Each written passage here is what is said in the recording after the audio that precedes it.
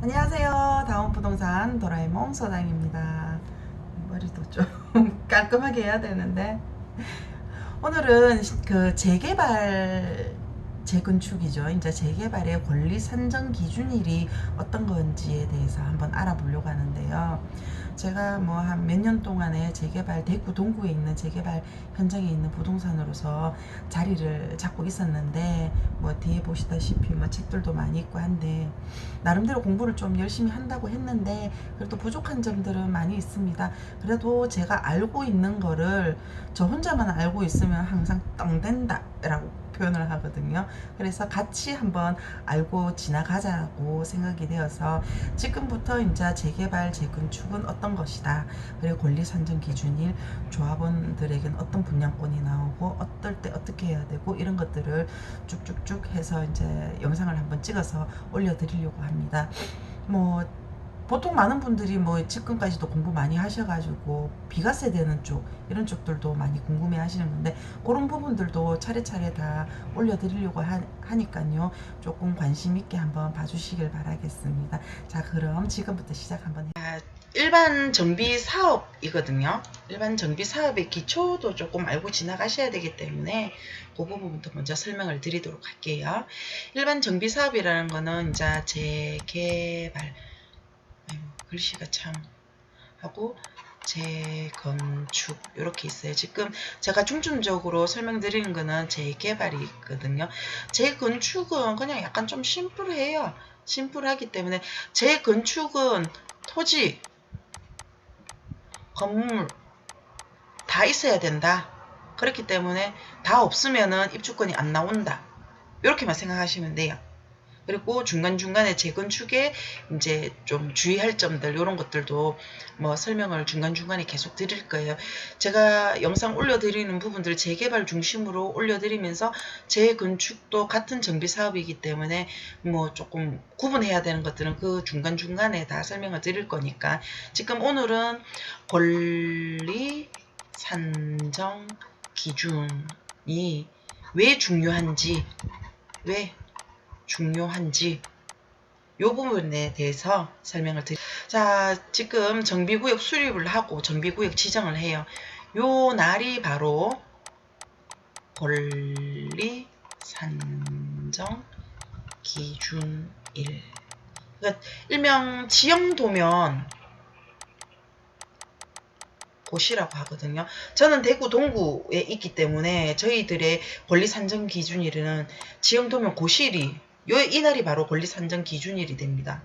권리 산정 기준일인 요 정비구역을 지정을 하고 나면은 추진 위원까지 2년 안에 만들어져야 돼요. 근데 여기에 플러스 유보 기간 1회 주게 되거든요. 1회 2년. 그러면 총 4년의 시간이 있게 되는 거고, 그리고 이제 추진위원부터 조합 설립까지도 2년, 여기에 또 유보 1회 2년 하면 4년 이렇게 된답니다. 그러면 요거 두 개 정비구역부터 조합 설립까지 총 8년이, 길면 8년이 될 수도 있어요. 그리고 사업 시행 인가까지 3년 안에는 무조건 해야 되는 거예요. 지금 제가 말씀드리는 요 날짜들은 무조건 이 안에 해야지만 되는 날짜들이라는 거죠. 근데 웬만해서는 이제 구청을 지나서 시에서 자꾸 조합원들끼리 협의를 좀 해보라는 식으로 얘기를 잘 하는 편이거든요. 그러니까 재개발 자리들이 굉장히 시간이 오래 걸린다라고 하는데 이런 부분들 때문이에요. 개별 사람들이 한 사람 한 사람들이 다 모여서 이제 사업을 하는 거거든. 재개발이라는 것은 사업이에요. 사업자를 이제 재개발 조합이라는 이름으로 하지만 이 조합 안에는 A, B, C, D 이 각각의 사람들이 다 사업자인 거거든요. 이 사업자들이 모여서 하는 사업이고 개개별마다 생각이 다 다르고 나는 이렇게는 하기 싫고 저렇게는 하고 싶어, 또 이렇게는 하고 싶은데 저렇게는 하기 싫어, 이런 이야기들이 다 있기 때문에 지금 자유민주주의 국가에서 각자의 생각은 존중이 되어야 하지만 다수결에 의하여 이루어지는 부분이기 때문에 한 8년의 시간은 긴 시간을 가지면서 다 웬만한 사람들끼리 다 충족이 될 수 있는 그런 쪽으로 가기 위해서 하는데, 여기까지가 바로 사업의 초반인 거예요. 정비구역부터 사업시행 인가까지. 근데 사업시행 인가가 어느 정도 나왔어요. 그러면은 이제 법적 다툼이 벌어지는 시기가 오게 된 거예요. 이때는 그렇게 긴 시간이 아니에요. 보통 1년, 1년 반, 3년, 하면 2년, 5년, 5년에서 6년 안에 입주까지 이루어진다라는 거죠. 그리고 관리 처분부터 착공까지 여기에 조금 시간이 2주라는 시간이 2주 개시가 있게 되는데, 요때 시기거든요. 관리 처분을 하고 착공 및 분양 사이에 2주 개시가 일어나는데, 요때 또 현금 청산자들, 현금 청산자 이분들과 또 조금 법적 다툼이 있죠. 근데 이 부분도 좀 조합 측에서 좀 빨리빨리 하는 조합들은 관리 처분 인가를 받고부터 현금 청산자들과 계속 접촉을 해서 이야기를 이루어서 착공까지도 분양까지도 빨리 이루어지게 하는 그런 조합들도 있습니다. 평균적으로 5년에서 6년 정도 이렇게 걸리게 됩니다.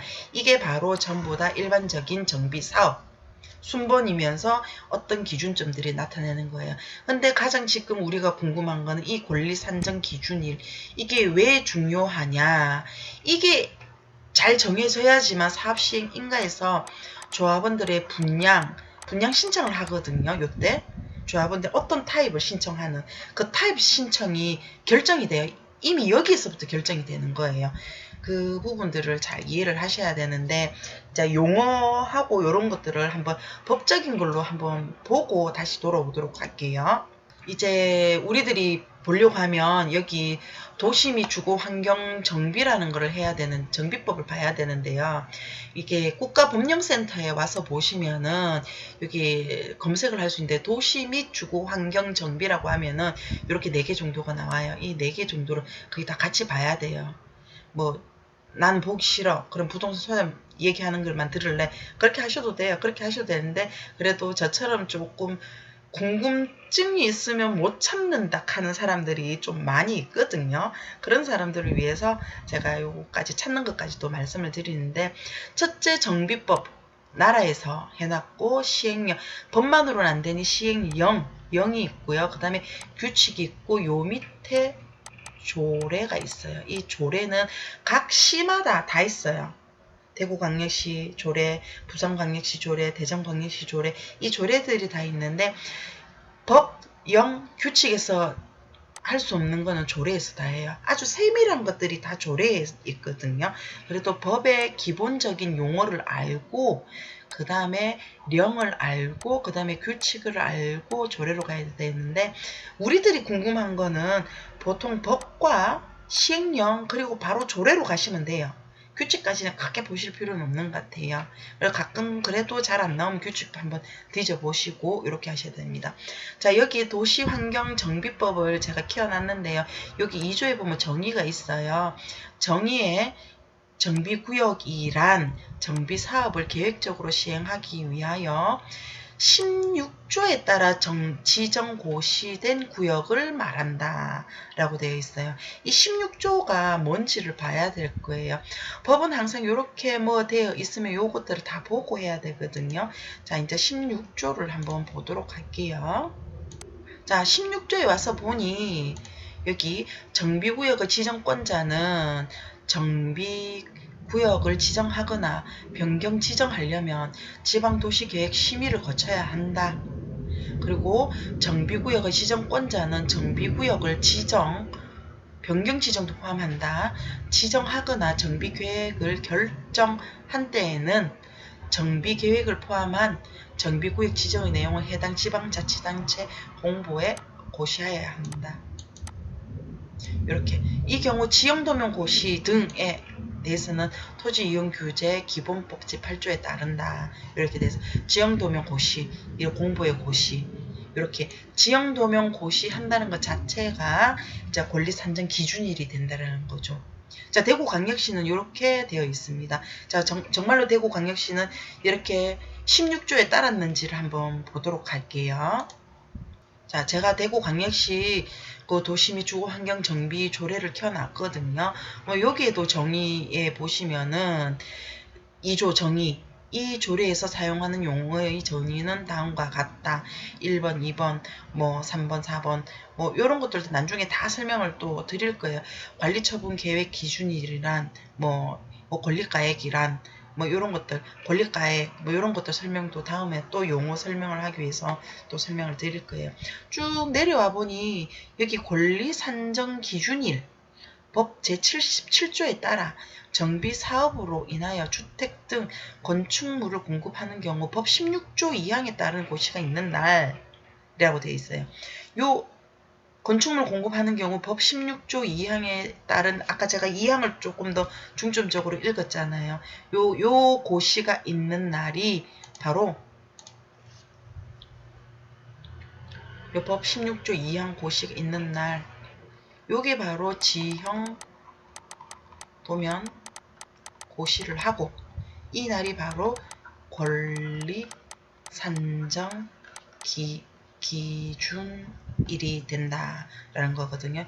요거는 대구 또는 아니면 대구광역시장이 투기를 억제하기 위해서 이렇게 따로 지정 고시전에 따로 정하는 날도 있다고 합니다. 하지만 뭐 수성구 요쪽 빼고는 뭐 저희 대구, 동구, 북구, 남구 요런 데는 전부 다 지형도면 고시일 이 바로 권리 산정 기준일이 된다는 거죠. 왜 이 기준일이 중요하냐? 그러면 권리 산정 기준일은 법 77조에 따라 정비 사업을 인하여 주택 등의 건축물을 공급하는 경우로 했거든요. 요 법 77조도 또 봐야 된다라는 거죠. 요 법 77조도 한번 또 보도록 할게요. 여기 도시환경정비법 77조 요게 중요한 거예요. 요거는 주택 등 건축물 분양받을 권리의 산정 기준일. 아까 말씀드렸잖아요. 제일 처음에 정비구역 지정하는 권리 산정. 이때 이미 분양받을 권리가 정해지는 거예요. 이게 1항을 읽어볼게요. 정비사업을 통하여 분양받을 건축물이 단 각 호, 요 1번부터 4호, 요 각 호에 해당하는 경우 16조 2항, 아까 읽어봤잖아요. 16조 2항은 뭐 지형도면 고시가 있는 요 날이 정비구역 지정 고시 전에 따로 정하는 날, 요거 외에는 16조 2항에 따라서 그 권리 산정 기준일이다. 권리 산정 기준일. 요 날에 분양받을 권리가 정해진다. 이 분양받을 권리 산정 기준이라는 거지. 쉽게 말해 그냥 모든 거의 기준, 재개발의 기준이 되는 요 일인 거예요. 요 날짜, 이 날짜 이전과 이 날 공표되는 요 날, 그러니까 지형도면을 고시한 요 날 이전과 이후에 하는 모든 땅들, 주택들의 모든 변경이 일어나는 거에 따라서 입주권이 한 개이냐 두 개이냐 이거를 요 날을 기준으로 변경이 일어난다는 거거든요. 자, 그러면 여기 말을 하는 한 필지의 토지가 여러 개의 필지로 분할되는 경우, 그리고 단독주택 또는 다가구주택이 다세대주택으로 전환되는 경우, 하나의 대지 위에 속하는 동일인 소유의 토지와 주택 등 건축물을 토지와 주택 등 건축물을 각각 분리하여 소유하는 경우, 나대지에 건축물을 새로 건축하거나 이 기준을 이후에 새로 땅 위에 건축하거나 기존 건축물을 빠 부수고 또 새로 올리거나 하는 거는 이래가지고 토지 등 소유자가 올라가는 거는 안 된다. 요건 안 된단 말이거든요. 요 전에는 가능했지만 요 이후는 이렇게 1번부터 4호까지는 하지 마세요. 요거는 토지 등 소유자의 거의 다 토지 등 소유자가 그 조합원이 되거든요. 번으로 해줄 수 없다. 그러니까 이거를 하지 마세요라고 해놓은 거예요. 이해하시겠죠? 요거를 조금 더 설명풀이를 해드릴게요. 설명풀이를 하면 기준일이 여기 있어요. 기준일. 여기 가운데 쓸게요. 기준일. 지형도면을 고시한 날이거든요. 요 날 이전에 여기 한 필지 토지가 아주 넓은 게 있어요. 막 한 500평 되는 게 있어요. 한 번지로 되어 있거든요. 이게 500평이니까 집을 뭐 너무 큰 마당이 필요한 거 아니니 요거를 잘라서 250평씩 잘라서 여기 집이 한 개 있고 여기 집이 한 개 있게끔 만들어서 그러면 집이 있다는 거는 새로 건축하는 거잖아요. 새로 건축하는 거. 원래 여기 한 필지에 건축물이 있는데 이걸 철거하고 다세대 여기 다세대로 이렇게 지어요. 하는 거는 기준일 전에 이라고 분양을 막 했거든요. 이것도 토지 등 소유자 증가되는 거잖아요. 증가. 요거는 가능하다는 거예요. 오케이. 하지만 요게 기준일 이후에 하는 거는 토지 등 소유자에게 할 수 없다. 기준이 정비한다라는 게 나타났으니 하지 말라는 거거든요. 자, 그리고 한 필지의 토지가 여러 개의 필지로 분할되는 경우 아까 500평 있던 거를 떵떵떵 짜겠대요. 하나, 둘, 셋, 네 개로. 하나는 좀 더 크고 하나는 작고. 요거 기준이 이전에는 오케이. 이유는 하지 마. 요 말인 거거든요. 자, 3번. 하나의 대지 범위에 속하는 동일인 소유의 토지와 주택 등 건축물을 토지와 주택 등 건축물을 각각 분리하여 소유하는 경우. 요거 굉장히 특이해요.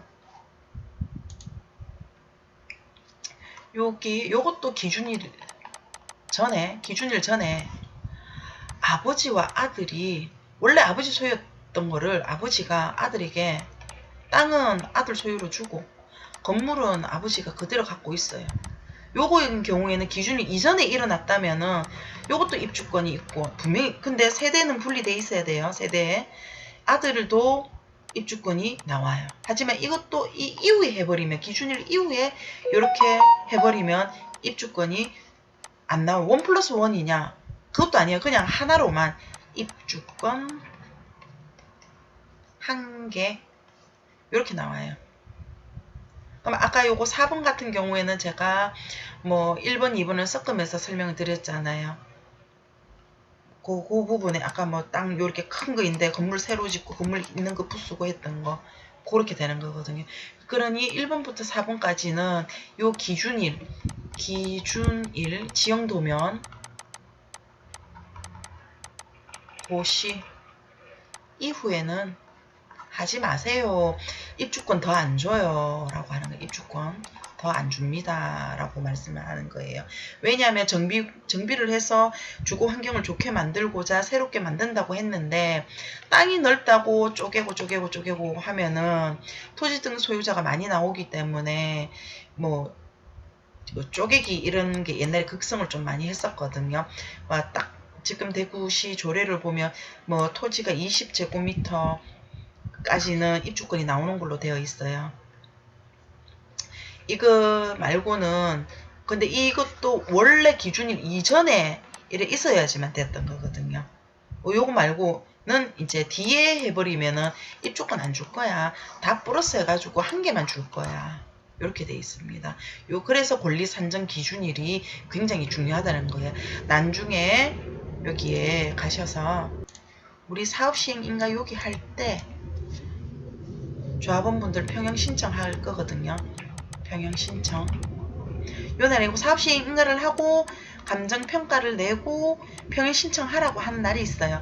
요 날에 평형 신청할 때 요 정비구역 지정일에서 막 쪼개기 막 해놓고 건물 한 개짜리를 또 막 나눠놓고 또 토지 건물이 있던 거랑 아버지 따로 아들 따로 아니면 딸 따로 이래 해놓은 것들 전부 다 요 평형 신청에 와도 안 준다라는 거예요. 한 개만 준다라는 거예요. 한 개만. 괜히 이렇게 돈 들여서 하지 말라는 거니까 이미 여태 해놓은 거 나 나올 것이다 라고 생각했지만 여기 와서는 안 된다라는 거거든요. 이 시기부터 이 시기 사이에 조합원 물건 구매를 하실 때 매수자분들도 많이 유념은 하셔야 됩니다. 혹시나 쪼개기 해놓은 건 아닐까 이런 것도 생각하셔야 되거든요. 근데 대구광역시에서 정비구역 지정 이전에 해놓은 뭐 원래 뭐 이렇게 나눠져 있고 분필이 돼 있고 다세대고 다가구 아니고 다세대입니다. 요 다세대고 이런 것들은 구매를 하셔도 되는데 요 이후에 와서도 구매를 하셔도 되는데 정비구역 지정일 이후에 분필을 하고 다세대로 만들고 토지 건물을 바꾸고 이렇게 한 거는 정비구역 이후에 벌어진 거에 대한 입주권은 토지 등 소유자에게 사는 입주권이 나오지 않는다. 요거 그러면 어떻게 구분해요, 소장님? 다 정비구역 지정 이후에 날짜, 정비구역 지정 날짜가 보통 시에서 나오거든요. 여기 보통 제가 대구 광역시 같은 경우에는 이렇게 나와 있어요. 이렇게 그 제가 대구 동구 시남 뉴타운에 있다 보니까 시에 들어가니까 정비구역 지정일 이렇게 다 나와 있어요. 1구역, 2구역, 뭐 6구역, 8구역, 10구역은 10년 5월 20일이 정비구역 지정일이고 4구역과 8구역은 4구역하고 9구역은 18년 5월 30일이거든요. 요 날이 정비구역 지정이에요. 요 이후에 뭐 대장이나 등기부를 보시면은 등기부 등본을 보시면은 뭐 분필이 일어났든지 분할이 일어났든지 이런 부분들이 다 표시가 돼요. 표시. 땅 한 개가 있는데 뭐 면적이 500제곱미터였는데 뭐 요 밑에 보면은 원래 여기 옆에 보면 원래는 700에서 어느 7번지에서 분할 2011년 3월 5일 이렇게 표시가 되어 있어요. 그러면 이 분할된 요 면적 원래는 그러면 원래 번지 어느 7번지잖아요. 이 7번지 거를 떼보시면 원래는 1000제곱에서 나눠서 거기도 500만 남고 여기도 500 있거든요. 그러면 매도자분이 판다 하면은 11년 3월 5일이기 때문에 여기에는 입주권이 안 나와요. 이건 사시면 안 돼. 그러면 매도자분께 캐야죠. 당신 다 같이 팔아야 된다. 나 이런 부분은 못 산다. 이렇게 해야 돼요. 다 팔 거면은 사고 아니면 하나만 하면은 계약서에 또 단서를 달아야 되죠. 매도자는 입주권을 포기한다. 그리고 포기한다 하고 매도자에 있는 요 부분은 현금청산으로 가라. 현금청산 가고 내 것만 입주권이 나오게끔 한다 하고 이제 추진위원회 뭐 이런 데 있잖아요. 추진위원회도 신고를 하셔야 돼요. 그리고 추진위원회만 있는 곳에 신고를 잘 안 하시는데 그럼 추진위원 쪽에서 조합원들 찾을 수가 없거든요. 등기부를 보고 일일이 또 주소지로 찾아가야 되고 하니까 전화번호를 추진위원회에 가서도 꼭 남기셔라. 남기시고 요거를 또 부동산 소장님께 좀 더 체크를 해달라고 얘기를 하시고 부동산 소장님들이 체크를 안 해주시면 뭐 조합 사무실이 어디냐 추진위원 사무실이 어디냐 꼭 물으셔서 꼭 직접 다 신고를 하시길 바랍니다. 이렇게 권리 산정일이 중요하다는 말씀 꼭 전해드려요. 다시 한번 더 말씀드리면은 요때 정비구역 지정일 지형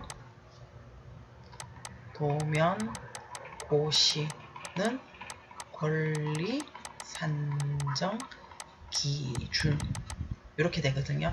요 날이 언제 필요하냐? 요때부터 필요한 거예요. 요때 쭉 계속 필요하게 돼요.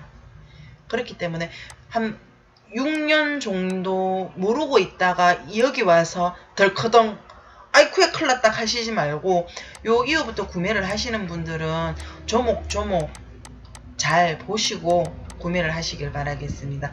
물론 부동산 소장님들도 이렇게 일을 하시다 보면 악착하는 순간이 있는데 이제 모든 재산을 투자를 하시는 부분이니까 매수자분들 그리고 매도자분들이 더 유념해서 하셔야 될 것 같습니다. 그리고 아까 잠깐 보여드리면서 했는데요. 대구 광역시의 가장 작은 필지 원래 정비구역 지정일 이전에 나누어져 있었던 토지 한 필지의 최소 규모는 20제곱미터 이상입니다. 그러니까 이상이니 20제곱미터도 포함이 된다는 거죠. 요거까지가 됩니다. 요거 예전에는 무주택만 가능했었습니다. 근데 그 부분도 바뀌어졌거든요. 요 부분은 다음 시간에 한번 짤막하게 또 보여드리도록 할게요. 오늘은 정비구역 지정하는 권리 산정일이 왜 아주 중요한지에 대해서 설명을 드렸습니다. 여기까지 저는 그럼 이만할게요. 안녕.